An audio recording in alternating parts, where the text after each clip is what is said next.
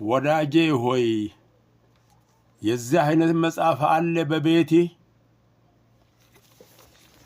ይሄ መጽሐፍ ቅዱስ ይባላል።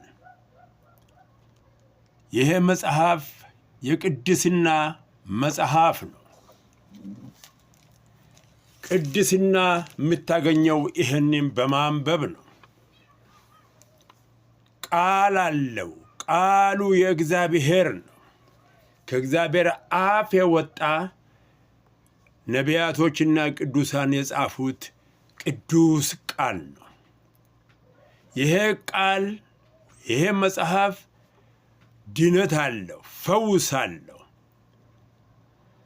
ቃሉ ከእግዚአብሔር ጋር ያስተዋውቃል፣ ሕይወት ይሰጣል፣ ከጠላት ይከላከላል። ቃሉ የእግዚአብሔር ነው። ያለዚህ መጽሐፍ ቅዱስ መኖር መንፈሳዊ ድህነት ነው፣ መጎዳት ነው፣ መሰጠት ነው። ስለዚህ ይሄንን መያዝ ያስፈልጋል። መጽሐፉን መግዛት መያዝ ያስፈልጋል። በዚህም በዛም ብለህ መጽሐፉን መያዝ ያስፈልጋል። ማንበብ ያስፈልጋል። መረዳት ያስፈልጋል። በሱ ላይ መጸለይ ያስፈልጋል። ምክንያቱም የሚዘመረው መዝሙር ሁሉ የሚገኘው እዚሁ ውስጥ ነው።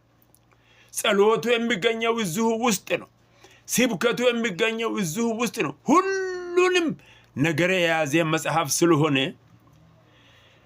በዚህም በዛም አርገህ መጽሐፉን ግዛ።